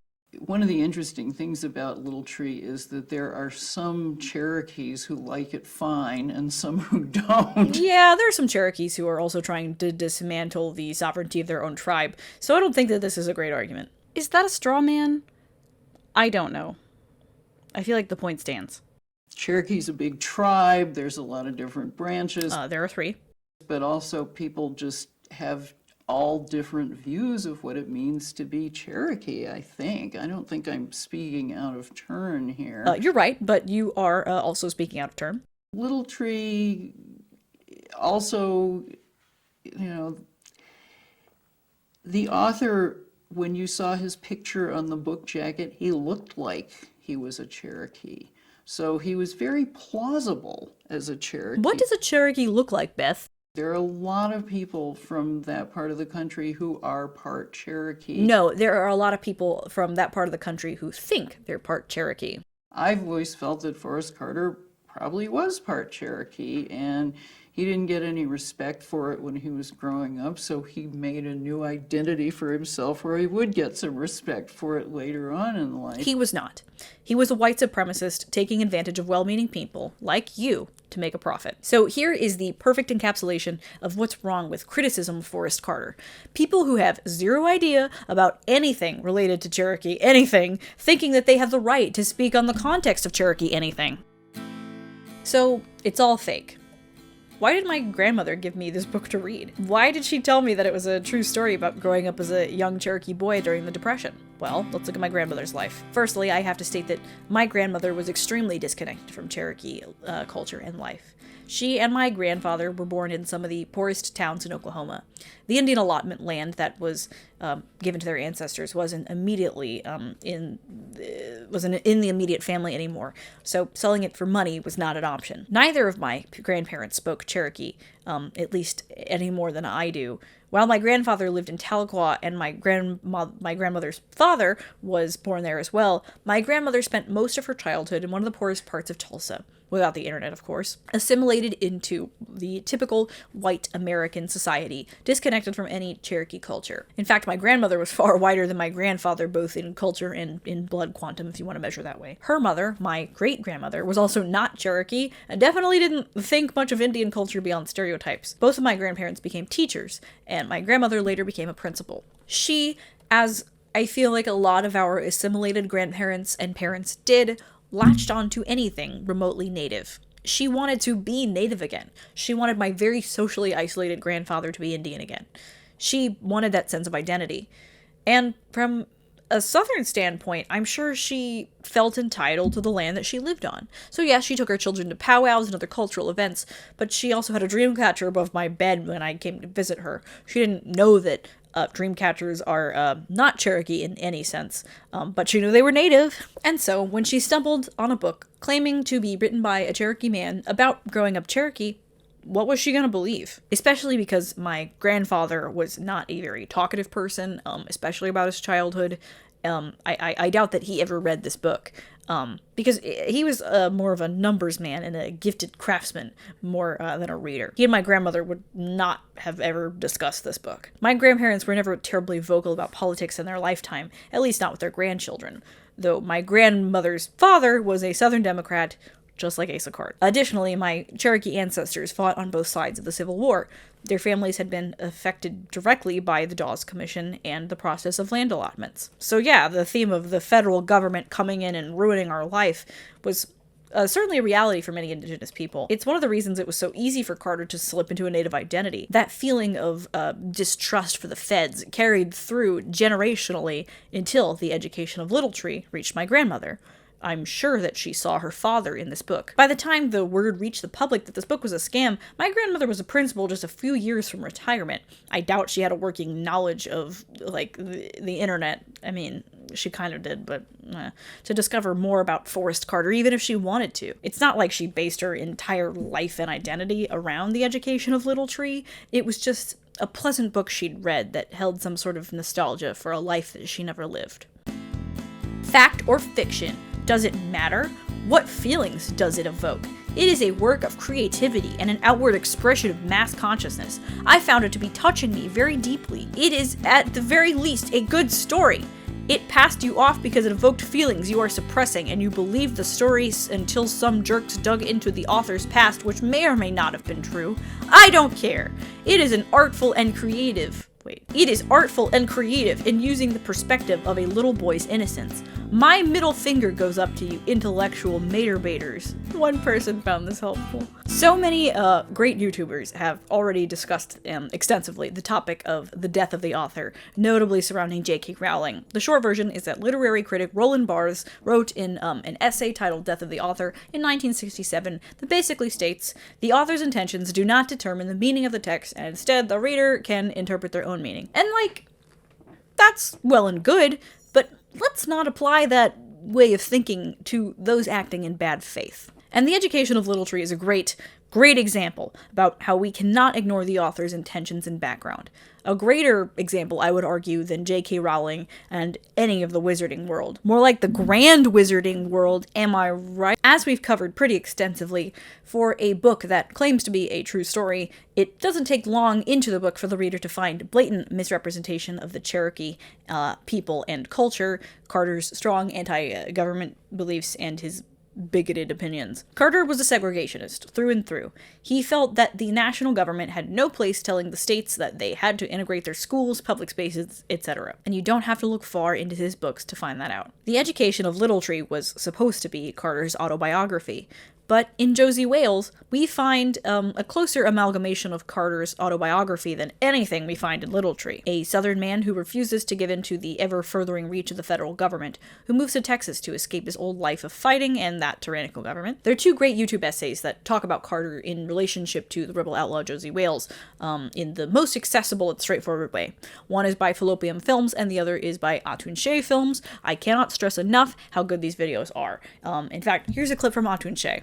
It's been argued that Carter atoned for his past with his novels, which all champion the virtue of tolerance in one way or another. But I don't buy that. Josie Wales faced the consequences of his past in a violent catharsis. Asa Carter never did. Instead, he went to extraordinary lengths to avoid those consequences. He didn't atone for his past. He ran away from it. Gosh, what a great video. I love him. Anyway, knowing the Josie Wales story is critical to knowing the Forrest/Asa Carter story. On the other hand, on the back of the same hand, you get people like Clayton Darwin here, who in 1995 was a grad student at Central Washington University and wrote an absolutely batshit paper. Darwin states that Carter wasn't trying to lie, that Carter's representation of the book as a true story simply reflects a cultural tradition of storytelling in the South, and that the author did not intend to misrepresent his work, and that the controversy over this book results from a failure to understand the culture of the author. The book is indeed a true story, in the Southern sense of the phrase, and Forrest/Asa Earl Carter is indeed a true storyteller, which is the most bad faith argument to anything that I think I've ever heard to anything. Carter actively lying to everyone around him to make money and get out of trouble for things he did in the past is apparently exactly the same as your grandfather saying, "You wouldn't believe the storm I got caught up in. The fish was this big." I don't even know where to begin with Mr. Clayton Darwin here. Now, this by far is the most egregious example of Carter apologia Appalachia that I found. But the truth is that most people who read and like the book are willing to forgive Carter under the premise of he changed and he was trying to apologize for his previous life. You don't have to look too hard to find someone trying to forgive him. For example, here's a Christian homeschooling blog's review of the book that talks about the controversy. One must give Carter some slack for his segregationist stance, considering the mindset of what it was like growing up in the South during the early 20th century. Anyone who condemns the story of Little Tree because of Carter's supposed KKK connection is as short-sighted as those who condemn Mark Twain's Huckleberry Finn because he uses the N-word, which at the time was common and not considered racist. I feel like I could write an entire master's thesis on this paragraph alone. This paragraph could only be written by an evangelical homeschooling parent. I love it when people have hard opinions on things that they don't have any knowledge about. That's my favorite. Again, people are quick to either claim that Carter definitely changed, or even for people to deny that Forrest and Asa are the same person. Even people in Forrest's life heard the controversy, were convinced that they couldn't be the same man, and then later changed their stance to, oh, he definitely changed. Most of these people were/are white liberals who wouldn't believe that they'd been friends with a white supremacist. Beth Hadis, again, I don't know, director of University of New Mexico Press, said, "I think Asa Carter underwent a true transformation before his death. Asa Carter's niece is a self-proclaimed liberal, says she voted for Obama, and says that the education of Little Tree is enough to prove that her uncle was a changed man." This is Rhoda Weir, Carter's literary agent. She's come up a couple of times. This is her talking about his editor, Eleanor Frieda. And she said, "I still think he was just such a gentle person. He could never have written those things for George Wallace." And she said he was always a gentleman with me. His friend Chuck Weath, who knew him as Forrest Carter, said, "I truly believe that Forrest Carter was trying to establish a new beginning. He I think he wanted something more himself. I think he was spiritually driven to try to establish a fresh slate.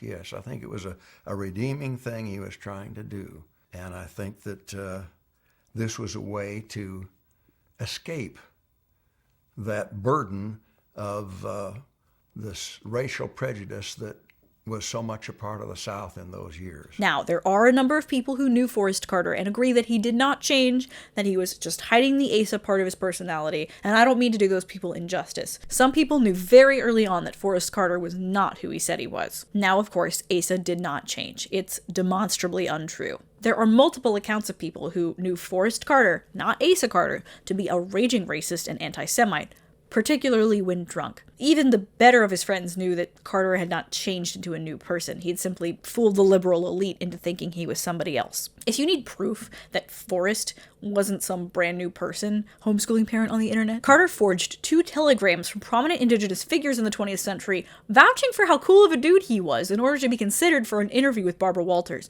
And it worked! Also, he used racial slurs very frequently. He lied that a portion of his profits were going to benefit Indian nations. I understand that Carter did say he was going to share the proceeds with the Cherokee Nation. I'm sure the Cherokee Nation has not seen any of that particular money. Dan Carter writes in Unmasking the Klansman, understandably reluctant to abandon the book that had been so important to the University of New Mexico Press, director Elizabeth Haydas insisted that labeling the book as a hoax was a meaningless and stupid statement. She dismissed Carter's political activities in the 50s and 60s as an unfortunate stage in his life. She said it was hard to believe that these stories were faked.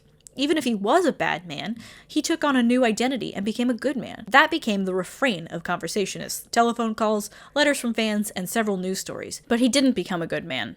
Asa Carter remained a virulent racist until the end of his life. No, Forrest Carter was not a new man ashamed of what he'd done in the past, and anyone who continues to believe that is fooling themselves and is turning a blind eye to the greater issues associated with fraudulent claims of Indianness. Even in his own lifetime, Carter was asked about the truth and lied at every step of the way. Journalist Sarah Viren writes in her article about recently disgraced fraudulent Cherokee academic Andrea Smith, by refusing to acknowledge their identity theft, these people make invisible those they are stealing from. And by refusing to apologize, they imply that their trespass is not that big of a deal. So in college, I had to take the standard introductory to American history class, as is required of all students. The professor was this older guy. And this was in a lecture hall of like 200 students or more. Definitely the largest class that I'd ever been in. And he taught multiple blocks of the same course.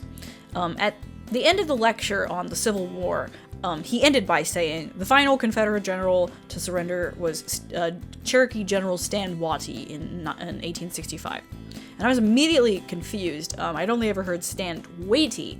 So I go up to the professor after class, and I'm like, hi, I'm Cherokee. I've never heard anybody say Stan Watty, and my family has only ever said Stan Waity. Anyway, my professor's like, oh, wow, well, I was going by Lone Watty, but hey, if you're the family, you get to decide. And I was like, well, distant family, but I was just checking to see if you'd heard some, like, oral history or something that I'd never heard, etc., etc. And I didn't tell him that I had no idea who Lone Watty was, and that thought left my mind as I headed for my much more interesting class on Latin American history. Thank you, Dr. Foss. And it wasn't until years later, researching for this video, that I realized that my professor was talking about the character from Josie Wales, who is, in fact, named after Stan Waity. It's just pronounced wrong in the movie. Buffalo Hump and Jim Buckmark and me. I'm Lone Watty. And a history professor in charge of one of the largest history classes at a major university was saying a historical Cherokee figure's name wrong because of a movie based on a book written by a Klansman disguised as a Cherokee. Forrest Carter has been haunting me for years. So upon mentioning that I was Cherokee, 2 different history professors, including the one in the above story, asked if I had read The Education of Little Tree. When I said yes, but I didn't remember anything about it because I was a kid, they both recommended that I reread it. It's a very powerful story, one of them said. It's a great story about growing up Cherokee. And this was almost 2 decades after Dan Carter's New York Times expose was published. The information was public but it wasn't common knowledge. Forrest Carter and the education of Little Tree do more damage to the idea of Cherokee identity than we can imagine, because it perpetuates these myths of Cherokees refuse to be enrolled by the feds, of Indian stereotypes.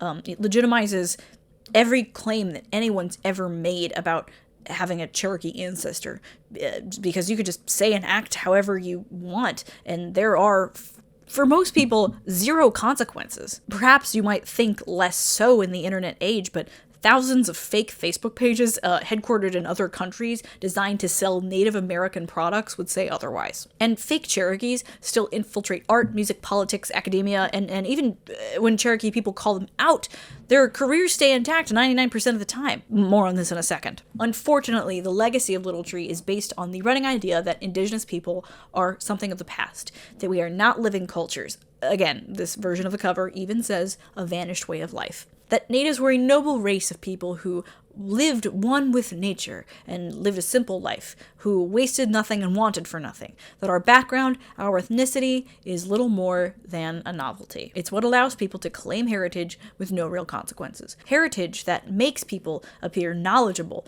important, credible, worthy of our respect, of resources, of power. The legacy of Little Tree means that for decades, people have been claiming Cherokee and Cherokee descent with no connection, historical or cultural, to be Cherokee, and nobody bothers to actually check with the Cherokee. And when they do, nobody listens. Like, the first person we get to is obviously Elizabeth Warren. I know. We're all sick of hearing about her. I know. But it's relevant. She says she never tried to benefit from her heritage, and maybe she didn't.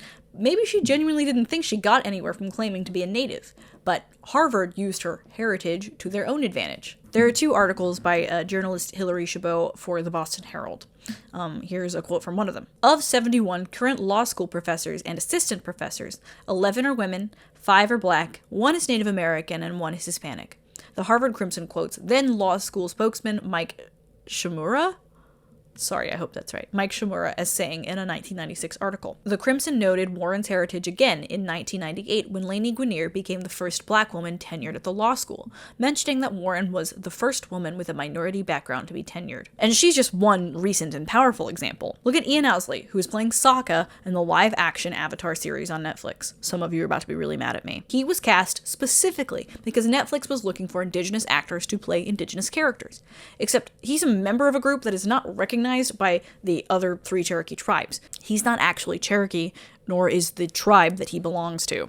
You can tell because they have poetic, translates well to English names like Mountain Spirit and Junk. Also, they'll let you in with a DNA test with literally any Native American DNA, even though they acknowledge that DNA can't tell you tribal association. I have a whole unscripted video on my Patreon about this. I went off the deep end on that one. But he was told by his family that he's Cherokee, so he's telling everybody that he's Cherokee, even though he has zero historical or cultural ties to the Cherokee, and Netflix didn't bother to check, just as Forrest Carter's editor and associates never checked. That role should have gone to an Indigenous actor. And just this last year, again, Andrea Smith, a professor at the University of California, Riverside, resigned after complaints that she wasn't Cherokee. Cherokee genealogist David Cornsilk actually did her genealogy in the 90s and tried to tell her that she wasn't Cherokee, but she wasn't listening, nor was anyone when multiple Cherokee people repeatedly state that she wasn't Cherokee. She's not an enrolled citizen or claimed by any of the 3 Cherokee tribes. There was a lot of talk about let people self-identify as Native, policing identity does more harm than good, etc. I disagree with these statements, at least when it comes to Cherokee identity, but we'll come back to those in a second. The truth is that when it comes to the Cherokee, we are an incredibly well-documented people, thanks especially to the old censuses and the rules like the Dawes. If you are Cherokee, one of your ancestors will show up somewhere documented as Cherokee. This is not a universal case for all Native tribes, so for now I'm staying out of other famous pretendian cases, especially Sachin Littlefeather. A lot of thoughts about her. The short version is that self-determination is not a viable option if Cherokee is the tribe you're claiming to be descended from or a member of, especially because self-determination opens the doors for anyone not operating in good faith, i.e., Forrest Carter. The name that has been given to people who claim heritage without being able to identify it is pretendian. This word has actually been banned from certain online Native communities due to overuse and misuse. One only needs to go to the Pretendians Wikipedia page to discover that Johnny Depp was cast as an indigenous character, even though he's got zero documented ancestry. He says he's Cherokee. That Rachel Dolezal, yes, that Rachel Dolezal, used to tell people that she was indigenous. Multiple people have claimed to be indigenous to sell books, to give credibility to their ideas, etc. And worst of all, when people claim to be indigenous to represent indigenous voices. For example, Andrea Smith. I've mentioned this in my previous video, but I'm going into detail about it now. Oklahoma Governor Kevin Stitt is a member of the Cherokee Nation. Not just claiming he has Cherokee ancestry, but he's literally a member. He's got an ancestor on the Dawes rolls. When he was elected in 2018, a lot of people thought, well, I didn't vote for him or his politics, but at least he's an indigenous voice and he speaks for the community. No. Stitt has repeatedly pissed off every sovereign nation in the state. It's a lot of politics, and you can look it up and form your own opinions, but basically, every tribe can't stand him. They are not at all on the same page with issues of finances and sovereignty. The McGirt versus Oklahoma case is particularly incredible. I don't have time to get into it right now. See the Legal Eagle video, but it was a big deal for native sovereignty, especially in Oklahoma. Anyway, Kevin Stitt desperately is fighting against it and everything resulting from it. So what does this have to do with pretendians? Well, the following is all alleged, but it's still relevant. According to Cherokee journalist Graham Lee Brewer, around 1900, the Cherokee Nation tried to remove Stitt's ancestor from the Dawes rolls, as they were pretty sure that the man, Francis Dawson, paid a commissioner to get his family on the rolls. It's a lot, and the documents are wild to read. Stitt, of course, denies this, and apparently didn't even know about it until a reporter asked him about it. And why would he? Do you know what your ancestors were doing in 1900? It's 1900. Do you know where your ancestors were at? It's 1900. Do you know where your ancestors are? Now, Principal Chief Hoskin declined to comment on the subject as he was much more concerned with the political discussion. Additionally, the modern-day Cherokee Nation does not disenroll people. That's a slippery slope anyway. Again, I don't have time to get into. Cherokee genealogist David Cornsilk, yes, the same guy who tried to tell Andrea Smith that she wasn't Cherokee nearly 30 years ago, said that he didn't judge Stitt for being disconnected from the tribe or not voting in tribal elections. What I do judge him for is the fact that he's attacking our tribe and tribal sovereignty and our gaming compacts. So here we are. The very literal legacy of a possible pretendian now influencing tribal and state politics. Think about Asa Carter's children, who, during his Forrest days, nobody was quite sure if they were his nephews, his stepkids, or cousins, including the kids themselves. He couldn't keep the story straight. Imagine if they were too young to remember when their dad was a professional white supremacist, and that they really believed that they were Cherokee. That their dad was really just reconnecting with his culture, that he spoke on behalf of Cherokee people. Imagine what sort of political or social impact they may have been able to make, the way that Martin Luther King's kids do, or the way that Ruby Bridges still does, or even figures like David Cornsilk, or Deb Holland, or Quanah Chasinghorse, or even Chief Chuck Hoskins. Like, imagine if all those people were not actually members of the group they represent. What if they were only using said groups for their own personal gain, like maybe to wedge their political opinions into a book they want to sell? And it's been a sacred cause of our grandfathers to use that vote to keep the next generation and the next generation free from that government. It differs from the Negroid because he uses the vote to put men in power who will feed him and clothe him, house him and set up welfare systems, and tell him what to do. To him, that is freedom, freedom from personal responsibility. They are as different as night and day, north and south, black and white. And that is the war, as to whether our children shall be slaves or they shall be free. There's so much discussion to be had. There's so much more that I could say. Little Tree might be a forgotten book at this point, especially to younger generations. But its legacy lives on in the form of countless people thinking that it represents Cherokee culture and history. Obviously, I'm not a fan of banning books. I don't think that Little Tree, or any book for that matter, should be banned. That's just going to make people want to read it more, especially kids. And when they are read without context, they are read only through the lens of rebelling against authority. You can't ban Little Tree, nor should you. One of my favorite quotes that I found while researching this video is from Indigenous scholar Michael Marker. The kids reading Little Tree would suffer from a continued diet of feel-good, new-age pseudo-cultural pap that will only produce a generation of ethnocentric ignoramuses ill-prepared to deal with the complexities of a bewildering modern world. The education of Little Tree shows Indian people the way that middle-class, white society wants to see them. The teachers thought it was the genuine article because it worked for them within the context of their constrained environment. Honestly, I think that Little Tree should be taught in some classes, if it is taught through the lens of what it really is. Don't assign it to third grade classrooms full of kids who aren't yet ready to understand the nuance of the anti-federal government fantasy that it is. Assign it to a class of college kids, or even juniors or seniors in high school, who have the cognitive ability to see it for what it is, who can easily understand the author's background and apply it to their understanding of the material, and whose instructors can provide that context. Such an approach fundamentally alters its classroom use, challenging students' preconceptions and impacting literature and culture-based curricula. It also allows teachers to unmask both the book and its author in a controlled environment, plumbing its educational value while exposing the injustices the author perpetrated.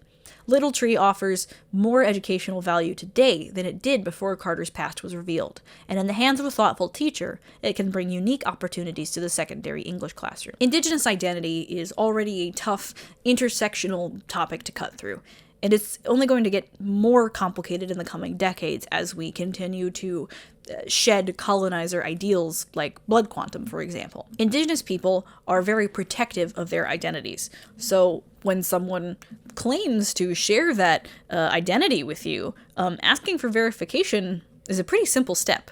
The first question is, when you come to the Qualla boundary by these Cherokee people, is who are your family? And you better be able to name them back for 100 and some years. It's a bit like seeing somebody with a t-shirt on of your favorite band. You want to engage with them, so you're like, hey, what's your favorite album? And it's embarrassing when they can't admit that they just thought it looked cool, or it's their dad's shirt. Except geopolitical and human rights battles aren't fought over someone else wearing a band t-shirt. I encourage you to read The Education of Little Tree for yourself, and to make sure that your local library knows that it belongs in the fiction section. We can't forget Little Tree because it teaches us that people are really good at hiding their beliefs in plain sight. That when we find a source about a group of people, we should probably confirm with that group of people that the source is an accurate representation. That even up to today, Indigenous people and Indigenous identities are still being exploited for personal gain, whether due to malice or ignorance, or often both. And we can't forget Little Tree because it forces everyone, especially those of us on the left, to examine who they associate with. What are you willing to forgive when people show their true colors? Laura Browder writes, there were certainly moments, such as his racist remarks in the presence of Rhoda Weir and her husband when his mask slipped. And yet Carter's followers were in some ways as responsible as he was for recreating him in a new identity, of meeting him halfway in an imaginative territory where noble, timeless Indians could still exist. Journalist Dana Rubin writes for Texas Monthly in The Real Education of Little Tree, Carter's New Age fans desperately wanted to believe that he had changed, for if he had not, they'd been duped.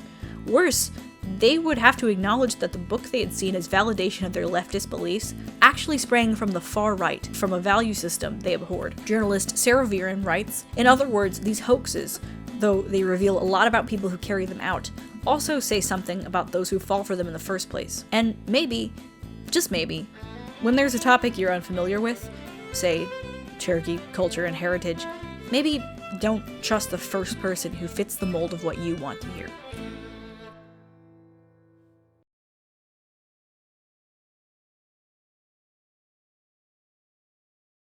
This video would not be possible without support from my lovely patrons on Patreon. So special shout out to Josh Ferguson, Dalton, I Am the Teacup McAdoo, Alexis Womack, Brian Barnes, Paige, Avi Finkel, Zara Shmara, and Will Golden. If you'd like to support me on Patreon, the link is in the description. Thank you guys so much for watching. It's been a very rough winter for me, so I appreciate y'all's views and your comments and anything else you want to give me. Thank you.